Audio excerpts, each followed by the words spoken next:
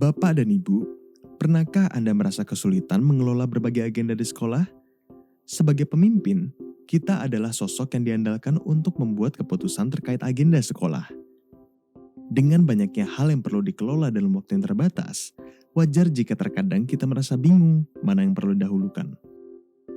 Dalam situasi tersebut, kita perlu memetakan prioritas untuk membuat keputusan. Salah satu alat yang dapat membantu dalam memetakan prioritas adalah matriks prioritas. Alat ini bisa dimodifikasi sesuai kebutuhan dan dapat digunakan dengan melibatkan warga sekolah untuk menentukan prioritas bersama-sama. Yuk kita pelajari cara kerjanya. Matriks prioritas pada umumnya berbentuk bagan yang memetakan tingkat urgensi dengan tingkat kepentingan atau dampak suatu agenda. Bisa berupa tugas, inisiatif, atau program. Mari kita gambarkan sebuah garis mendatar. Garis ini mewakili tingkat kepentingan atau dampak sebuah agenda. Semakin ke kanan, maka agenda ini semakin penting atau semakin berdampak.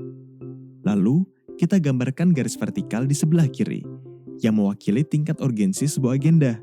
Semakin ke atas, berarti urgensinya semakin tinggi atau semakin mendesak. Misalkan saja Bapak Ibu mengumpulkan tim pendidik untuk bersama-sama menentukan prioritas terkait program tahunan di sekolah. Langkah pertama dalam menggunakan matriks ini adalah membuat daftar ide-ide program yang muncul. Bersama dengan anggota tim, Bapak Ibu bisa menuliskan ide atau usulan program terbaik dari masing-masing anggota pada sticky note. Setiap kertas berisikan satu usulan program. Langkah kedua, mengurutkan ide sesuai tingkat kepentingannya.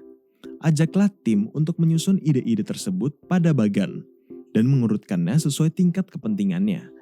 Semakin ke kanan, maka semakin penting atau semakin berdampak idenya. Tingkat kepentingan atau dampak yang dimaksud dapat direfleksikan dengan menjawab pertanyaan berikut. Seberapa berkaitan ide tersebut dengan visi, misi, dan tujuan sekolah? Apakah program ini realistis untuk dilaksanakan? Seberapa jauh program ini akan berdampak pada murid? Langkah ketiga, mengurutkan berdasarkan urgensinya. Setelah diurutkan berdasarkan dampaknya, Bapak Ibu dapat menggeser kertas berisi ide program tersebut secara vertikal berdasarkan tingkat urgensinya. Semakin ke atas, maka semakin mendesak agenda tersebut. Sedangkan, semakin ke bawah, semakin rendah urgensi dari program tersebut. Langkah keempat, membagi bagian matriks prioritas menjadi 4 kuadran. Setelah semua ide diposisikan sesuai tingkat kepentingan dan urgensinya, bagi matriks prioritas ke dalam 4 kuadran seperti berikut. Kuadran pertama di kanan atas adalah agenda yang penting dan mendesak. Ini adalah agenda yang penting karena berkaitan dengan tujuan satuan pendidikan dan berdampak pada murid, juga memiliki urgensi yang tinggi. Maka, agenda di kuadran ini perlu segera ditindaklanjuti oleh ibu bapak sebagai kepala satuan pendidikan. Kuadran kedua di kanan bawah adalah agenda yang penting namun tidak mendesak. Ini adalah agenda yang juga berkaitan dengan tujuan satuan pendidikan dan berdampak pada murid, tapi tidak mendesak untuk dilaksanakan. Maka, agenda di kuadran ini dapat dibuatkan jadwal untuk ditindaklanjuti dan direncanakan dengan lebih matang dan tepat sesuai kebutuhan. Kuadran ketiga di kiri atas adalah agenda yang tidak penting namun mendesak. Ini adalah agenda yang mungkin kurang relevan dengan tujuan sekolah, tapi perlu dilakukan karena mendesak. Agenda di kuadran ini mungkin cenderung insidental dan perlu segera ditindaklanjuti. Tapi sebaiknya tidak dijadikan agenda tetap atau rutin karena kurang relevan dengan tujuan sekolah atau tidak berdampak pada murid.